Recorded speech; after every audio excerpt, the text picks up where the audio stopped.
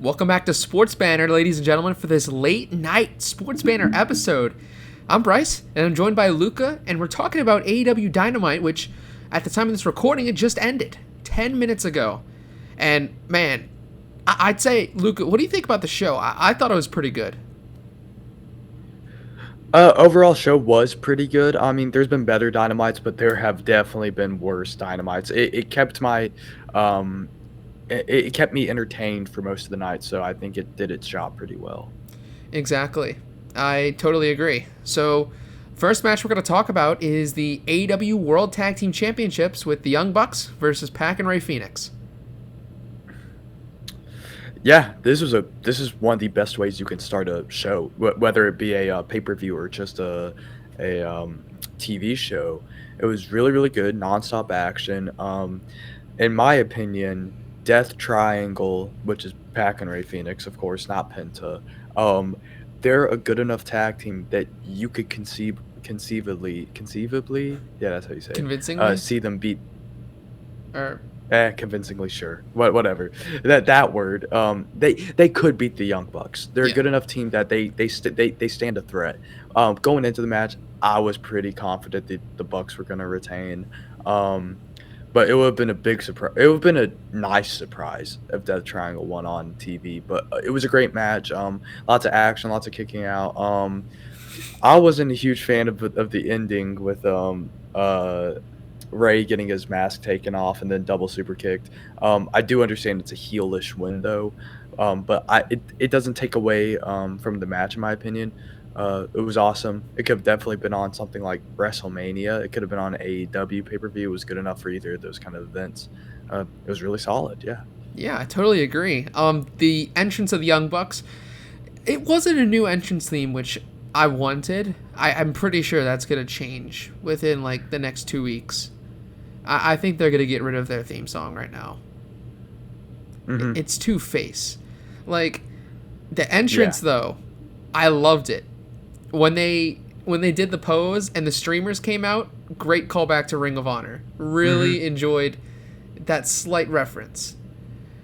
And the match itself, as you said, Luca, it was great. You could have put it on a pay-per-view, yeah. It went really long, which not a bad thing, but I wasn't expecting this match. I knew it was going to be good, but I didn't think it'd be that epic of a match. But yeah, I'll be honest, I thought for some time during the match that Pac and Rey Fenix would win the match. Like, I was going nuts. This match was insane. I like the slight heel moves at the end. You know, the kick to the groin by Nick Jackson. And I dig the unmasked. Yes. I mean, I think that it's a change of pace for the Young Bucks, and the double super kick also kind of elevates that move from just being, you know, the move that every other wrestler throws nowadays to the move that caused Matt and Nick Jackson to win, although the unmasking kind of helped. Yeah, I get that point of view. It's just for how I am with wrestling matches, when it gets to like that 20-25 minute mark, if I'm seeing Pac or Rey Fenix lose, I'm gonna expect them to lose with the Meltzer driver or something. I do get you want to make the super kick look good. And, I hope that happens because I mean, the last time we saw a kick be a menacing move was really Shawn Michaels. Yeah, Exactly. Yeah. there's been someone else, and that's been a while. So I'm interested to see where this all goes. Who do you think the Young Bucks are gonna go against next? Is it Best Friends? I really don't know. Yeah, I have no idea. Yeah, I don't know either. I think it remains to be seen, and we're going to talk about the Young Bucks a little bit later, too, because I'm going to talk about their segment. Yes. But, also beforehand, the first segment, like, you call it the cold open, with the Young Bucks explaining why they turned heel, it was a good touch. Well, yeah, I liked it. I liked it, too. Also, Yeah. Also, in the beginning, we saw Mike Tyson put a check in his mouth. Just want to say. Yeah. Hey. I think I was about to not talk about that, but I completely forgot. Yeah, he chewed up a check in his mouth. All right.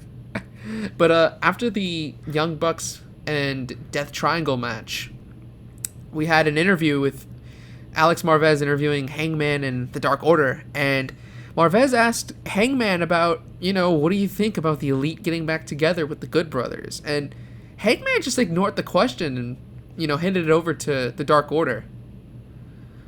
Luca, you think this is kind of like the first seed planted for maybe a program with Hangman and the Elite? Wait, are you saying Hangman joining? No, the Elite, or Hangman versus the versus Elite? the Elite. Okay, good. I was about to say, I have no idea what you're on if you're thinking Hangman's joining back with the Elite, or is that really? Would you consider Cody's a part of the Elite or no? I mean, not right now, but overall. The biggest thing that I've disliked about this whole thing is I want a story reason why Cody's not in the Elite. I don't understand. Gotcha. They never addressed it. I mean, I can give you one right now. It's that Cody wanted to focus on his own brand, but the fact that they didn't really mention it. I think weird. Cody's got his whole. I do agree it is weird, but he's got his whole thing with going against the factory right now and that kind of stuff. So yeah, but I mean, look, technically speaking, Cody's been out of the Elite for like a year, at least a year. Yep. So that's kind of in the back seat. But yeah, talking about Hangman feuding with the Elite, I don't think Hangman's ever gonna join the Elite again. I mean, I don't think I think never say never in wrestling. I don't see him teaming. I don't see Hangman being a heel for the next year and a half. I think he'll team up with Kenny and the Bucks again in his career. Yes, definitely, but not right now. Yeah, I think it's gonna be super promising. We could always see Hangman versus Kenny. We can see Hangman and members to the Dark Order versus the Young Bucks and Kenny, or Good Brothers and Kenny. I'm definitely excited for this. We could see something at the next pay-per-view, Double or Nothing. Exactly. Yeah. They definitely have plenty of time to get that started. They got a month. They have more than a month. That's true. Yeah. Also, Dark Order, they're still funny. I enjoy They're good. the Dark Order comedy. Anyways, the next match, first of two women's matches tonight. It was Red Velvet going against Jade Cargill. Yeah, Cargill got the dub. Like, I think most people would assume she's like almost unstoppable. It was pretty in the middle for me. It was just all right. It wasn't that long. It wasn't too impressive, I would say, but both women did their jobs, and the ultimate goal for this match was to keep on putting Jade Cargill over to make her look unstoppable. So, yeah. Yeah, I enjoyed the match. I mean, it did what it was supposed to. I do like Jade Cargill going over, because the thing that WWE goes under is that 50-50 booking, and Jade Cargill, in her matches with Red Velvet in it, is 2-0. Mm-hmm. I kind of thought that Red Velvet was going to get her win back in singles, especially since she's the number 2 ranked. She was the number 2 ranked women's wrestler, but now that she lost tonight, I like it. It's more unpredictable. That's what I liked about this card too, is that there were definitely a couple matches on this card where I couldn't have told you who won, like, with 100% certainty. Mm-hmm. And this was one of the matches where I didn't know for sure, but I had a hunch that Jade Cargill was going to get the victory, and she looked good doing it. Yeah, so, I agree. Yeah, so with the loss for Red Velvet, we were taken to Tony Schiavone interviewing Britt Baker, and Britt Baker's claiming that she's going to be at least number 2, and she's trying to rack up her wins for maybe a future title shot for Hikaru Shida's AEW Women's Championship. Yeah, I hope Britt Baker gets that title opportunity, and I hope she wins. Yeah, me too. I think Britt Baker might be the one to beat Hikaru Shida. And I know you've said it too. Yeah. All right, Luca. I'm on the Britt Baker fan train. Yeah, I mean, I think we kind of all are, especially since she turned heel. Mm. All right, now, Luca, this is your favorite part, I think. Anthony Ogogo going one-on-one with Cole Carter. Anthony Ogogo, who was an actual boxer, because I kept on hearing them bring up boxing, and I was like, is this like his character, or is this legit? And he was a real boxer. He was a pretty good boxer too. He just had horrible eye injuries. Anyways, with the actual match, Ogogo beat Cole Carter with a punch to the stomach. Look, I get your characters that he's like a boxer. I get it. But punch to the stomach? I'm sorry. This is pro wrestling. This is not boxing. Make it a little more believable. This is like a punch to the face, maybe a couple of punches to the stomach, one punch to the stomach.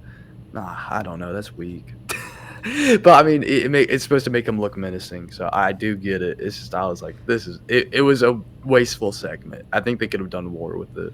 Look, I'll be honest. All right, I didn't like this at all. But you know what? It would have been better. You punched him in the stomach and then pinned him. Not punch in the stomach and then end it. Facts. Like, yeah, why did you have to end it off a referee's decision? Like, bro, just pin him and it would be more believable. Yep. Like, that's... Yeah, I'm not too much of a fan of the gut punch being, what knocks him out. And, like, oh, he can't compete anymore. Like, no. This is pro wrestling.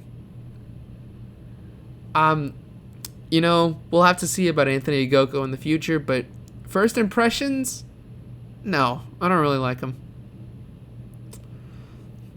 Yeah. All right, next segment. I think it's one of the more underrated segments of the night. Miro calling out Kip Sabian and any of the champions in AEW. What? You didn't see this promo from Miro? Oh, no. I'm okay. After the Ogogo match, I went to the bathroom, and when I came back, Dax Harwood was walking out. I completely missed. Oh this. shoot, you missed a hell of a promo, man. Miro. So you talk about it because I have no idea what you're talking about. Yeah. So Miro's saying that Kip Sabian skipped like AEW tapings for the second week in a row, and he's moving on whether Kip's with him or not. So I think Miro might be going on, alone here. And he just called out every single champion in AEW. And, I mean, I feel like, Miro was intense in this promo. And it was a really well done promo. So I think that Miro could be in line for one of these championships. And I'm really excited to see a pissed off Miro. Well, based on what you said, I agree. Miro has the talent as a wrestler to be a title holder. I mean, I might sound stupid in some people's opinions, maybe yours, Bryce, but if you put Miro versus Kenny Omega, I would honestly believe Miro has a chance of winning. He's very good. I think WWE did a lot of good things with him, but also wasted him in some aspects.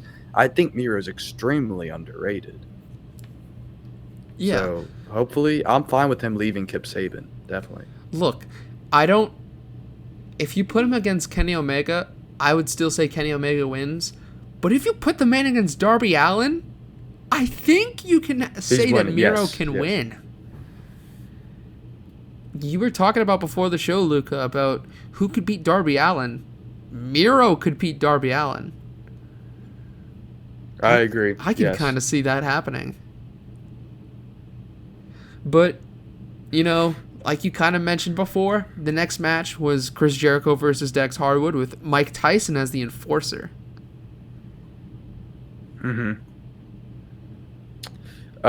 This was it was a fun match. It was for these enforcer type of matches, that there's going to be some silly stuff going on outside the ring. Both stables or factions, whatever you want to call them, came out, the Pinnacle and the Inner Circle. They brawled, all that kind of stuff. Chris Jericho did get the win with the Judas effect, but with a little help from Mike Tyson to hit Cash Wheeler from outside the ring. And Mike Tyson is officially in the Inner Circle. Holy crap. That's I love that. But the match itself was all right. It wasn't too it was fun. It was fun. That's how I see it. Yeah, I think it was a pretty good match. I kind of think it went a little long, but that's okay. Mm-hmm. Like you said, it was a fun match. This was one of the two matches where the factions, came out and beat each other up. I wasn't as much of a fan of this one as I was of the main event one. Mm-hmm. Like, I get it, but I'm starting to feel like this kind of faction brawl is a little overdone in AEW. Like, I feel like this happens almost every week. I agree. But I get it. They do it a lot. Tyson, though, knocked out Cash Wheeler. I really enjoyed that. It was really well done. And yeah, that was fun. Jericho winning with the Judas Effect. Yep, that was pretty good. It was a pretty good match. I can't wait for their Blood and Guts match on May 5th. Same. I agree. I'm really excited for it. Like, that could be my match of the year. I'm being for real. I love War Games. And they're doing that on Dynamite. Like, man. Yeah. Like, super excited for that show. I would go if I lived near Jacksonville. I'll still be in. Oh, that's exam week for me, so I don't know if I can go. That's the week I get off. Yeah. Dang. All right, so next segment, it was one of my favorite segments of the night. Alex Marvez interviewing the Elite, and I love these guys all together. They have great chemistry. Mm-hmm. You already know, Luca. I know you're a bigger fan of them than me, but like the Good Brothers in the background, just praising everything that the Elite is saying. I just love it, man. After the first words from Don Callis. Promo of the year. I'm like, oh my gosh, dude. These guys need to chill. Yeah, it was awesome to see. It's awesome to also see that Doc Gallows, I think, is done with his jerking off addiction. I think he's beaten it. So this is awesome. He's still beating it, all right. I saw a BTE recently. I didn't see it on. Oh, imagine they made an old Dynamite segment around that. I think they can't do that. Off air. That would be so funny. But no, it was good. It was a good promo. And then Callis hit a very interesting super kick to end it. That was something else. I like hearing the Kenny Omega, Young Bucks, explaining why they turned. Why they did it, why they changed, and it's very valid. I mean, for so long, we're all like, we want the old Kenny Omega, we want, the best belt, we want the cleaner of New Japan. Yes. Like, and it makes sense, too. And then for the Young Bucks, we want the old Young Bucks, we want Bullet Club Young Bucks. And I like that story. It just flows so naturally. And that's what I enjoy now about this faction. Obviously, we're not going to forget that they were unsure and that whole kind of garbage that they tried before. But now that we're here, the whole heel faction thing, I'm loving it. Mm-hmm. So the show went to commercial. We come back. Thunder Rosa is looking for the AEW Women's Championship or the NWA Women's Championship. Thunder Rosa is really, really talented, and she won the lights out unsanctioned match. So I think she could be in contention. I feel like she'd go for the NWA Women's Championship, given that, the match next week with Hikaru Shida versus Ty Conti, and then, Britt Baker's probably going to be next in line for that title. Mm-hmm. I have no idea who's the NWA Women's Champion, though. I feel like I know the name. NWA. I feel like I know it, too. I feel like she's been on AEW, right? She definitely has. Has she not? I think it's Serena Deeb. Is she still the champion? It's Serena Deeb, yes. Yes, she is. And she's been on AEW, yeah. I don't know where Serena Deeb's been. Thunder Rosa was probably on NWA if they're having shows right now. Yeah, Serena Deeb's still the champion. Yep. So, yeah, that's exciting. And then we got our second women's match. Chris Statlander coming out to Where Is My Mind from the Pixies. I guess everyone in the Best Friends has that theme song now. I guess. I don't know. Well, I'm sure they paid us a sweet penny to get that Yeah. the rights for that song, so I bet they're gonna use it as much as they can. Yeah, it was Chris Statlander versus Amber Nova. This Yeah. was Statlander's in-ring return, and it was all right. I mean, nothing too big happened. Statlander got the win. She's back. It was fine. It did its job. Yeah.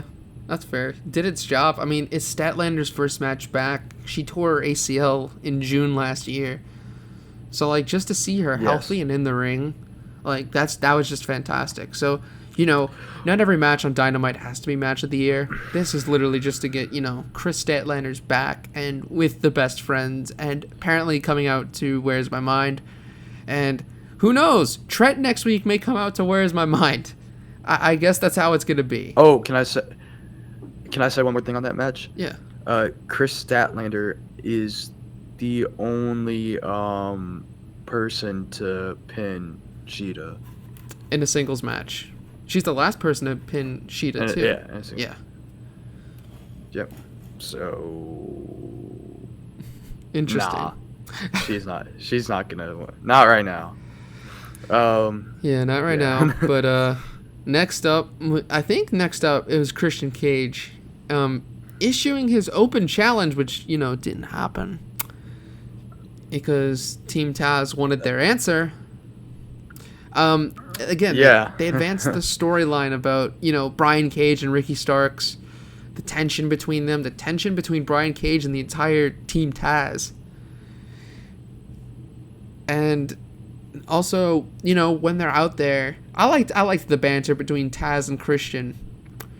It just seems so good. natural. And he was saying and Taz said that line, I never cared about you or your buddy that carried your ass. Yeah, I was like, good. Dang. Yeah, I like that. And then it ended up with Powerhouse Hobbs beating up Christian, stomping on his face, the whole deal. Mm-hmm. And that leads us, to the matches announced for next week. But we're going to get to that, at the end. Right now, we're going to talk about the main event. Mm-hmm. Falls Count Anywhere. Darby Allin versus Matt Hardy. And Luca, you said you were so convinced that Matt Hardy was going to win the match. And guess what? It didn't happen. Yeah, it didn't happen. I'll get to that at the end. I'll talk about the actual match first. It was super fun. It was a really, really good Falls Count Anywhere match. It's not the best Falls Count Anywhere match of 2021 though. I'm pretty sure that goes to Kevin Owens versus never mind. That was the last man standing match. The Kevin Owens versus Roman Reigns match at Royal Rumble, I think. Fine. This might have been the best Falls Count Anywhere match of this year. I don't know, but it was really good. Super fun. Lots of chair shots, that kind of stuff. The Hardy family office came out. Then the Dark Order came out. They all brawled with each other. They kept on fighting. Hardy hit a leg drop from a what's it called, ladder onto Darby, who was on a table, and he still couldn't get the win. They keep fighting. Allin, who hates his body, I guess, climbed up onto the rigging and coffin dropped and got the win. It was a good match. It was a fun match. I predicted it way wrong. I thought Matt Hardy was like, you know what? He's got a title chance. He should win. It's Matt Hardy. No, it did not happen. But in all fairness, it was a really good match, a good main event. But it wasn't the match of the night. That still goes to the tag team match that kicked off the show. Yeah, I definitely agree. It was just what a good match between these two guys. And when the factions cleared out, I mean, it broke Matt Hardy's whole promise of, keeping the fight fair. But what I really liked during this match is that they were able to tell the story between Sting and Lance Archer in the middle of a freaking match. Mm-hmm. They did that in the middle of a freaking match, and it worked. I enjoyed now the dynamic between Lance Archer and Sting. We'll see where that goes. I don't think it's for Lance Archer to face Darby Allin. I think it's something bigger. Maybe Lance Archer versus Sting? When Lance Archer and Sting talked like last week, they seemed like sort of buddy, like they didn't really hate each other. Yeah, so but I don't know. But I think it's one of those things where that it's kind of a respect. You know, they respect each other, and then, you know, one of these weeks, Lance Archer is gonna attack Sting. Yeah. Do you think that match would be cinematic? No, but I do think it it'd be pay-per-view only. Oh, definitely. Yeah. I don't think you'd give away a Sting match for free.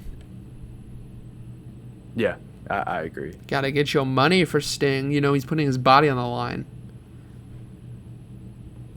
Hey, he did hit a good double clothesline. It's a private party. Mm-hmm. Hey, but, you know, Matt Hardy, they went back to the gorilla position and the leg drop. I don't know why. Just when Matt Hardy does it, it just looks weird. I don't know what it is. Yeah, it's super goofy. It's goofy, but I like it. It makes me laugh. I thought at first when he hit the first twist of fate, I was like, oh, it's over. Yeah. It's not over. I was like, wait, he hit the twist of fate with the chair? No, it's over. Like, ring the bell. Then he kicked out. I was like, all right, I might be right with Darby retaining. And what do you know? It happened. Yeah. So exciting stuff. And before we go, we definitely want to talk about the 4 matches that were announced for next week. I think they're going to be huge. Mm-hmm. The first match, the AEW Women's Championship, Hikaru Shida versus Tai Conti. It's going to be a really good match. I'm excited. It is going to be a really good match. I'm just going to predict all these matches. I mean, I got the Hardy match wrong, so let me just keep trying to redeem myself. I think Shida is going to retain. Yeah, I think so too, but I think it's going to be a very, very, very good match. And maybe it'll be close. Hopefully it'll be close. I don't want it to be like, you know, a kind of a squash. I don't want that to happen.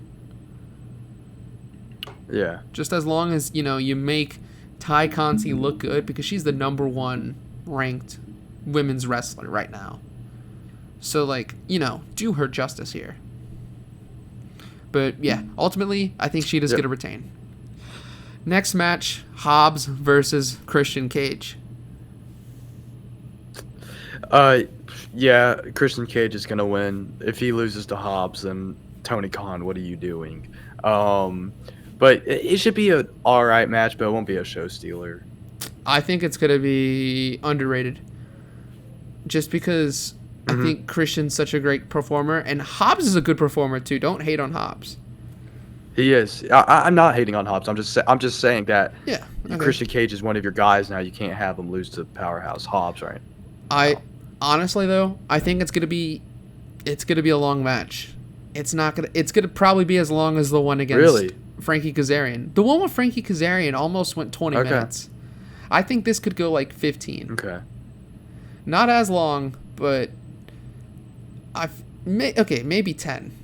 I could be wrong. It's gonna be like a 2-minute squash, but I'll say like 15 minutes. Christian Cage defeats Hobbs with the kill switch. Yeah. And then these last 2 matches are the ones that got me, like, okay, the first 2 that I talked about were really exciting. But the last 2 were kind of like out of nowhere, like, holy crap, I didn't know I wanted to see that match. First one, we got Absolute Ricky Starks going against Hangman Adam Page. Why are they giving this away for free? Yeah. That's going to be a hell of a match. I think they're giving it away for free is because I do agree this is going to be a great match, and Ricky Starks is a good worker.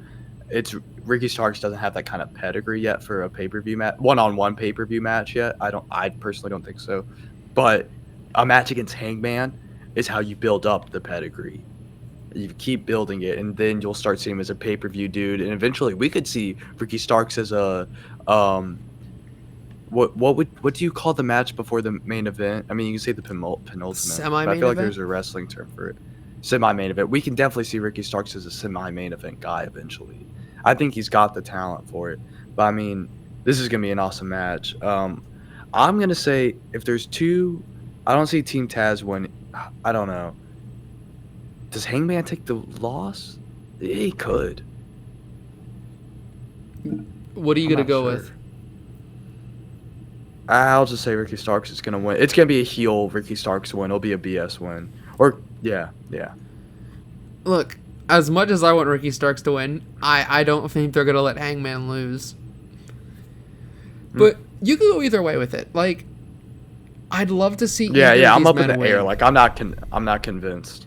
Yeah. I feel Hangman right now, but I'd love for Ricky Starks to win. Mm-hmm. All right. So the next match. Excuse me for a second. All right.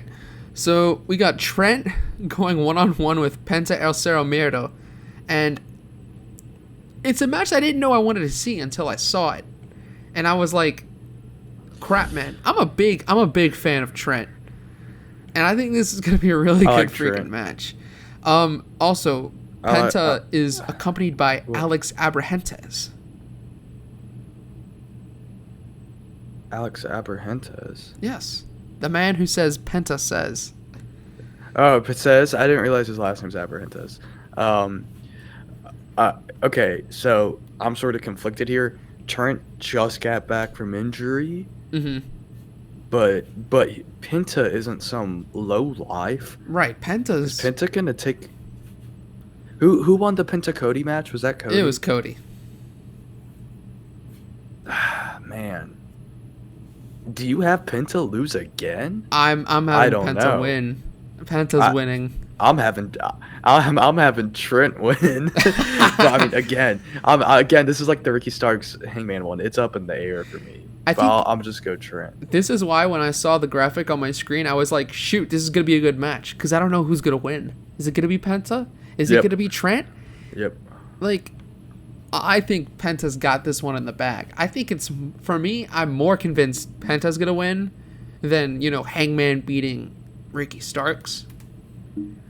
But it's really close. But I'm extremely excited for next week on Dynamite. And I hope you all are excited too, because we're going to be back next week for some more AEW Dynamite, post-show reactions. So if you enjoyed this video, share it with all your friends. Give it a like. Maybe comment your thoughts about the show. And make sure to subscribe for more sporting videos. So, until next week, we will both see y'all next time. See ya.